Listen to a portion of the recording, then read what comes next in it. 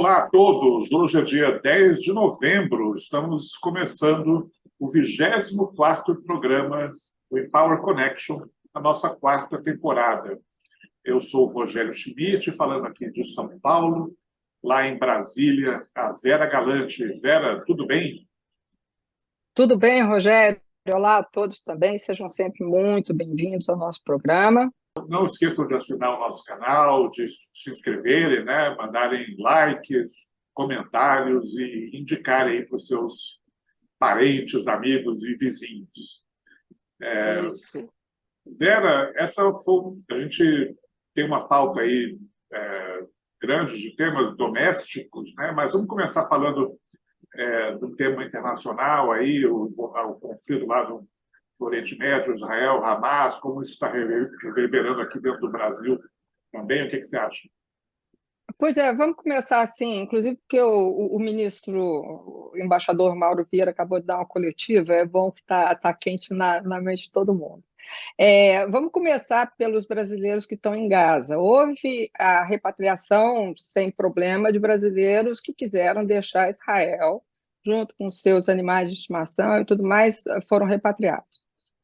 Não existem mais interessados em Israel em voltar para o Brasil. Em Gaza, existem 34 brasileiros interessados em voltar ao Brasil. Eles não foram incluídos nas primeiras,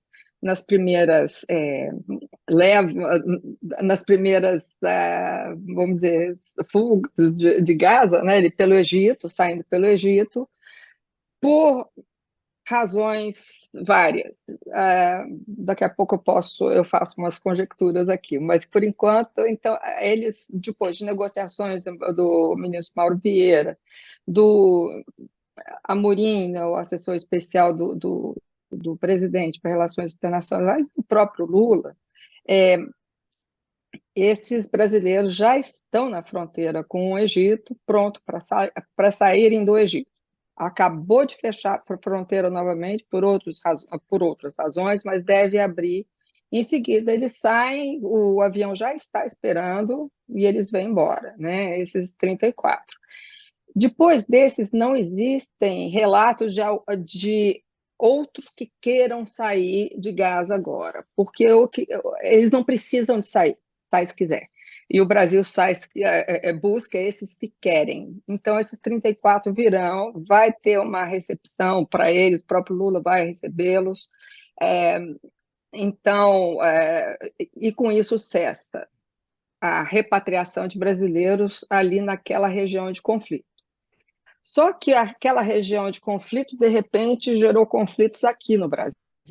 Há 3 dias, nós tivemos a prisão de alguns árabes com cidadania dupla, né? Brasileira e síria, brasileira e libanesa e outros, que teriam sido recrutados pelo Hezbollah, segundo Israel, para praticarem atos terroristas contra alvos israelenses no Brasil.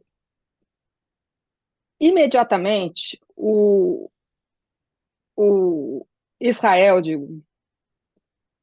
Israel mandou um recado à imprensa, né, dizendo que assessorou o Brasil nisso, deve ter assessorado realmente, mas ele falou com uma ênfase tal que parecia que ser o dono da investigação, que permitiu que a PF prendesse. E também nomeou o Hezbollah como financiador, aliás, o Irã como financiador do Hezbollah no Brasil. Não é muito longe, não deve ser muito longe da realidade, já que o Hezbollah atua na tríplice fronteira há 20 anos, pelo menos. Né? Ali é um lugar muito permeável e antes era o Estado Islâmico, agora é o Hezbollah, quer dizer, eu acho que todos eles atuam por ali. O governo brasileiro reagiu, falou, não, vocês não prenderam ninguém, nós que prendemos. Aí, ao mesmo tempo, o embaixador de Israel foi à Câmara dos Deputados mostrar vídeos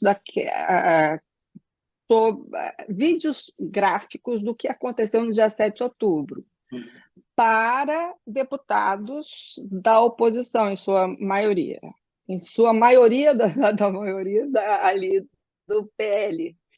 Todos os deputados, se não me engano, foram convidados, mas compareceram os da oposição. Não era segredo.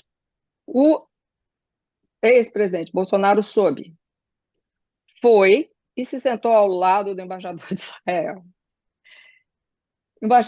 Bolsonaro fez uma crítica muito forte ao presidente Lula, dizendo que apoiava, que já historicamente apoiou o terrorismo e tudo mais.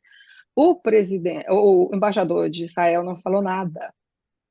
Mas depois de uma outra entrevista coletiva, logo depois disso, perguntaram a ele se ele apoiar, o que ele tinha a dizer sobre as pessoas presas. Ele falou assim: bom, se tinha plano para atacar alvos no Brasil, porque no Brasil existem pessoas que apoiam esse tipo de atividade, mais um mal-estar com o governo brasileiro. Isso enquanto os brasileiros em Gaza estão lá esperando para sair. Então, isso aí é um jogo de xadrez que tem que ser muito bem jogado, porque não pode irritar Israel a ponto de tirar os brasileiros da lista daqueles que vão sair, mas também o governo, como sempre fez, não quer também, não aceita Hezbollah como o grupo terrorista, também Hamas como grupo terrorista. Então, é um balé muito, muito, muito bem coreografado.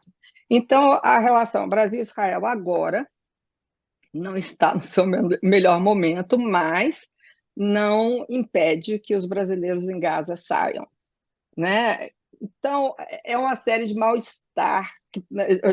mal-estares que estão fazendo ruído na relação.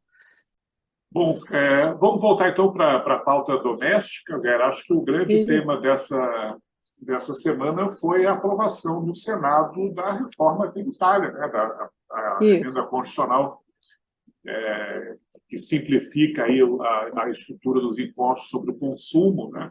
Então, basicamente, ela cria o imposto do valor agregado, um federal e outro estadual. Já tinha sido aprovada na Câmara em julho e agora, essa semana, foi aprovada no Senado na quarta-feira, dia 8. Né? Foi o placar, foram 2 turnos de votação, o mesmo placar nos dois. 53 senadores votaram a favor e 24 votaram contra. Então, na prática, o Senado fez várias mudanças em relação ao texto, né, que tinha sido aprovado na Câmara. E isso vai fazer com que agora a reforma tenha que retornar para a Câmara dos Deputados por uma segunda rodada de votações. E aí tem 2 possibilidades, né? Uma é a Câmara promulgar a chamada aprovação fatiada, né? Promulgar já os trechos que não foram alterados pelo Senado. Né? E a segunda hipótese, que acho que seria a mais correta, seria a Câmara apreciar o mérito das mudanças que foram feitas no Senado, e aí mantendo algumas, tirando outras, e aí promulgando tudo de uma vez só. Né? Mas, de qualquer forma, me parece que aquele calendário aí que o Congresso e o governo haviam acertado para a reforma tributária está de pé, né? Quer dizer, então, o Senado votou em começo de novembro e a Câmara aí agora tem até o final do ano para dar a sua palavra final. Né? Então, mas é interessante, a gente estava também comentando aqui antes de começar a gravar, né? É um tema muito complexo, né? Que vai depender. O Bernardo Api, que é o secretário da Reforma Tributária do Ministério da Fazenda, deu uma declaração aí ontem que vão precisar pelo menos 3 leis complementares serem enviadas pelo governo ao Congresso para regulamentar os detalhes práticos da reforma. Né? E tem um prazo de 180 dias agora para que essa foi uma das mudanças interessantes que eu acho que o Senado colocou. dá um prazo de 6 meses após a promulgação da PEC para que as leis complementares sejam também apresentadas à apreciação do Congresso, né? Então, vai depender ainda da regulamentação por lei complementar, e tem um prazo de transição aí que é de 10 anos, né? Para vocês terem ideia, essas mudanças, elas, no ano que vem não muda nada, em 2025 não muda nada, aí começa a mudar em 2026, né? A gente começa a sair do sistema atual e entrar no novo sistema em 2026, aí vai aumentando um pouquinho a transição de um ano para outro, e só em 2033, portanto, daqui a 10 anos, que as novas regras entrariam em vigor, né? O Senado aumentou aí as compensações aos estados e municípios, colocou um monte de setores econômicos a mais aí que também ganharam regimes especiais, de alíquotas especiais ou exceções, né? Mas, por outro lado, também quem relatou no Senado foi o Eduardo Braga, né, o senador do Amazonas. Ele colocou um detalhe também que eu achei interessante, que a cada 5 anos seria feita uma revisão. A lista dos setores aí contemplados com benefícios especiais seriam reavaliados, né? Então, você tem ali um espaço para negociação atualizações, política também. né? Então, é isso, né? Foi uma aprovação muito comemorada aí, no Congresso. Também o governo Lula também estava apontando para a aprovação da reforma, mesmo que ela não vá produzir efeitos imediatos, né? Mas produz aí melhorias nas expectativas de crescimento econômico de médio e longo prazo, né? E agora vamos esperar o que a Câmara vai fazer, né, Vera? O que vai fazer e o que vai custar, né? Porque já a Câmara costuma cobrar encargos e vantagens a algumas coisas, mas eu acho que eles vão fazer rapidamente, porque inclusive interessa à Câmara dos Deputados terminar logo com isso para poder apreciar outros assuntos urgentes também, né? Mandar para o presidente para sanção e depois lidar com vetos, se for o caso, né? Quer dizer, é uma coisa que ainda pode render mais um pouquinho. Mas, do jeito que está sendo negociado, eu acho que talvez não tenha tanto, né? Depois, o que sair, saiu. Não, e vale lembrar que, se a gente olhar os números do placar da votação, né, na Câmara, mais ou menos, vou arredondar, em 75% dos deputados votaram a favor da reforma. No Senado, teve maioria também, mas foi uma maioria menos folgada, né?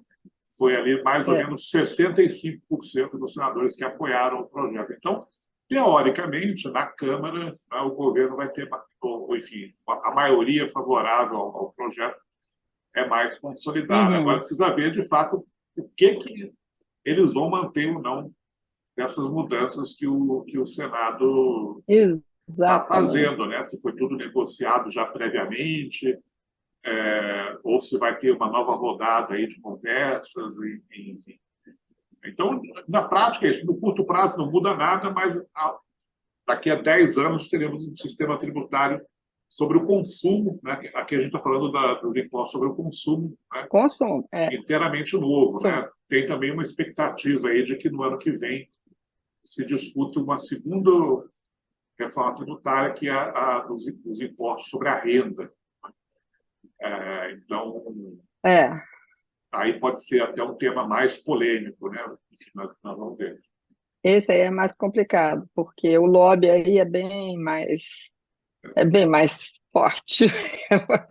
E nós vamos falar agora, quer dizer, e já só para dar entrada no que a gente está começando a pensar já, que está vindo na cabeça de todos os políticos do Brasil, oposição e não, presidente ou não, que são as eleições minoritárias do ano que vem, né? Prefeituras e câmaras municipais, né, do Brasil inteiro.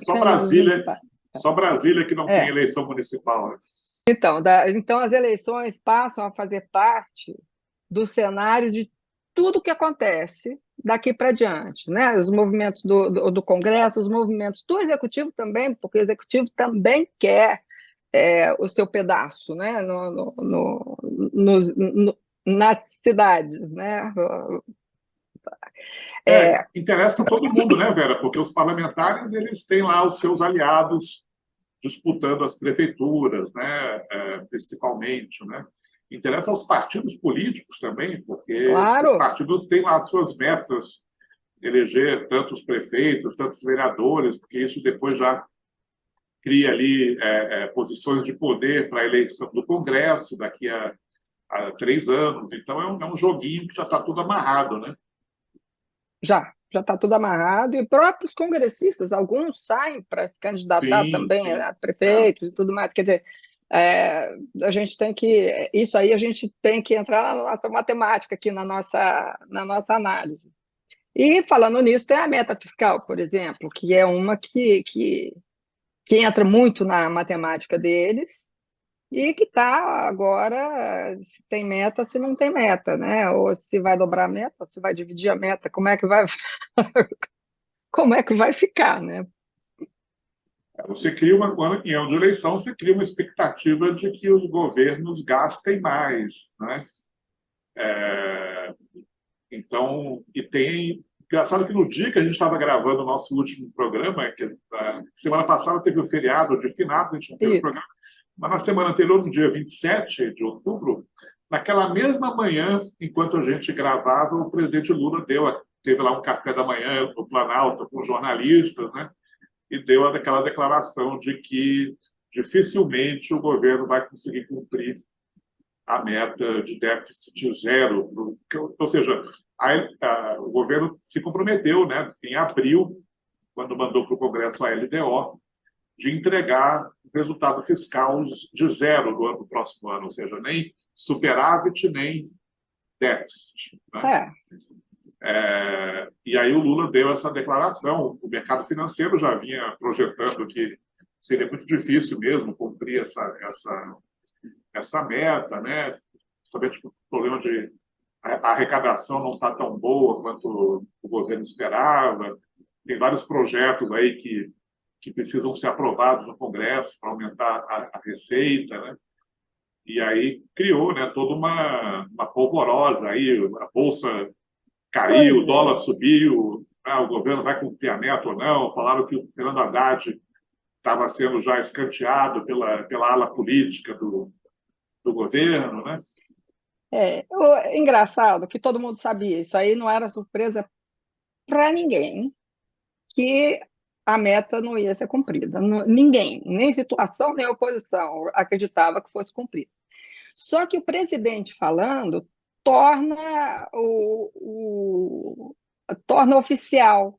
Então, a reação é diferente, porque, bom, eu estabeleci a meta, não vou cumprir a meta. Isso, isso é que dá o ruído todo. O ministro Haddad, coitado, fez o que pôde para minimizar o que estava falando o presidente, reforçar, daí foi falar com o presidente, apareceu com o presidente, mas ele tá difícil. Agora, a ala política do governo, que vou dar o nome, é Rui Costa e a Gleisi Hoffmann, eles acreditam que a gente gasta primeiro, procura o dinheiro depois. Então, não é tão assim que a gente faz. Pelo menos na minha casa, eu não faço assim, não, porque eu sei que não vai entrar, entendeu? Se fosse assim, eu estava andando de jatinho e carro do ano. Mas não é assim que funciona. O orçamento, orçamento do país e orçamento de casa é igualzinho. Você tem que ter dinheiro para gastar, ou então crédito na praça para tomar emprestado. É, nas devidas proporções, é a mesma coisa. E, Mas até de forma um pouco surpreendente, né, Vera, fazer um contraponto aí. Para você mudar uma meta de resultado fiscal, tem uma liturgia que precisa ser seguida, né? sim, A, claro. a, aonde que está fixada a meta? É na LDO, que a LDO que nem foi votada ainda no Congresso, né? Então, Pois é, esse número de déficit zero para o ano que vem apareceu no projeto da LDO que o governo mandou para o Congresso em abril e que deve ser votado agora nas próximas semana que vem ou na semana seguinte, na Comissão de sim, ele tem um Orçamento e prazo, no né? plenário. Né? Mas é interessante que essa semana, agora, dia 7, na terça-feira, a Comissão de Orçamento aprovou o relatório preliminar da LDO e o governo não propôs, na prática, nenhuma mudança na meta fiscal para o ano que vem. Então, que o governo, até o dia 7, o governo poderia ter mudado a meta de forma unilateral. Né? Bastava o Lula mandar uma mensagem para o Congresso: não, a meta não é mais zero, enfim, vai ter um déficit aí de 0,5%. Mas o governo não fez isso. Então, daqui para frente, é a tal da liturgia que eu falei, né? Daqui para frente, para mudar esse número, só se o Congresso, através do relator ou a emenda de algum parlamentar, mas o Congresso agora que pode ou não alterar a meta. Exato. Né? Então, pode ser até que continue sendo zero no papel, mas como você lembrou bem, vai ser difícil cumprir mesmo. Né? Mas o que o presidente fala tem peso, e o Lula sempre falou, né? Vamos dizer que nós já tivemos 8 anos de Lula falando demais, e agora, no primeiro ano, também. Não é a primeira vez que ele fala assim, impulsivamente, gera assim, segurança toda, né? Mas eu queria falar também acho que é o gancho que você ia me dar aí, né? Era do Banco do Banco Central? Central. Né? Isso. No dia 30, o ministro Fernando Haddad anunciou aí os nomes de 2 novos diretores, né, do BC, que vão substituir outros 2 que estão saindo agora até o final do ano. O Paulo Pichetti, que é professor da FGV aqui de São Paulo, e o Rodrigo Teixeira, que é funcionário de carreira do Banco Central. Tá? E hoje, dia 10 de manhã, agora o presidente Lula mandou para o Senado as mensagens com a indicação, né, oficial desses 2 nomes. Né? E aí tem que passar também agora por aquele processo, a aprovação na Comissão de Constituição, desculpa, na Comissão de Assuntos Econômicos, né? Na CAE. E depois no plenário do Senado. Mas, enquanto isso, na Sala de Justiça, semana passada, teve mais uma reunião do Copom, né? Isso. E o Copom reduziu, mais uma vez, em 0,5 ponto percentual a taxa Selic. Foi a terceira redução seguida aí dos juros no país. Né? E a próxima reunião do Copom está marcada para os dias 12 e 13 de dezembro. Então, tem uma chance aí desses 2 novos nomes participarem, mas eu apostaria que eles vão participar somente a partir de janeiro, porque o mandato dos Inclusive atuais... porque o mandato não vence, só vence no final de dezembro. Só né? no final de dezembro. Então, eu acho que eles provavelmente vão ser os nomes aí aprovados no Senado em dezembro e assumiriam em janeiro, já no lugar dos 2 atuais que estão caindo fora. Então, vamos ver se esses 2... O Haddad costuma... até agora vimos que ele trabalha com nomes ponderados, assim, com alta capacidade técnica. Inclusive, um deles, o Piketty, se não me engano, a área dele é justamente preço de consumidor, variação de preço e tudo mais, quer dizer, é uma coisa que realmente ele sabe e pode contribuir muito. Vamos esperar para ver. Eu acho que não terão problema de passar, porque não são nomes polêmicos, eles são técnicos, né, como foram os outros 2. E também, de novo, um nome externo e um interno do Banco Central, o que é muito bom, porque prestigia a carreira e prestigia a sociedade civil, vamos dizer assim, que tem o que contribuir também. Eu acho que é um equilíbrio muito bom para o Conselho, né? E como você sempre tem falado, né, a gente já sabe quem será o provável futuro presidente do Banco Central quando acabar o mandato do Campos Neto, né, que entrou na nomeação anterior. Né?